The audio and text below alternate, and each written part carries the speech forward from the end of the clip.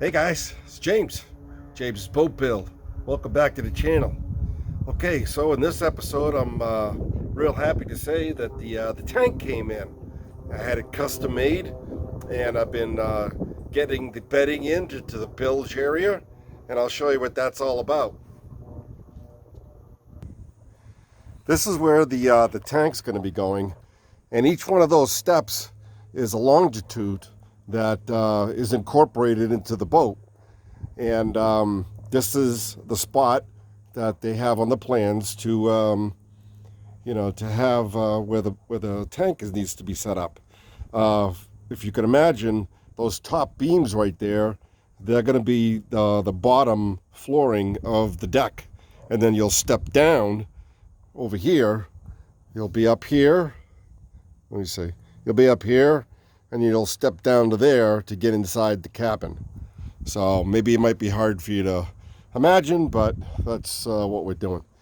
And I went ahead and put in the walls of the motor well, and they're all glued and screwed into place along with the braces. This is probably one of the best things that I did. I made this template, which is the size of the tank that needs to be fitted into the bilge area. I wanted it 11 inches deep, and it needed to be tapered to go up to the port and starboard sides. So now you can see the template inside of the bilge area where the tank is going to be. And I needed this much more room for the fittings. You'll see the fittings when I show you the tank. And so each one of these longitudes needed to be adjusted because as the boat tapers down into the bow, I had to make it like these are all wedges. That's what I'm trying to say. And I couldn't just place it in there. They all had to be custom fit. You can see all the numbers and the measurements I had to take for each individual one. But it rests perfectly now, all the way from front to rear, and it's even. So that's an important thing. And again, here's another shot of the bilge area where the tank's going to go in. And then there's going to be one more beam in the back there, and that'll be my whole back decking.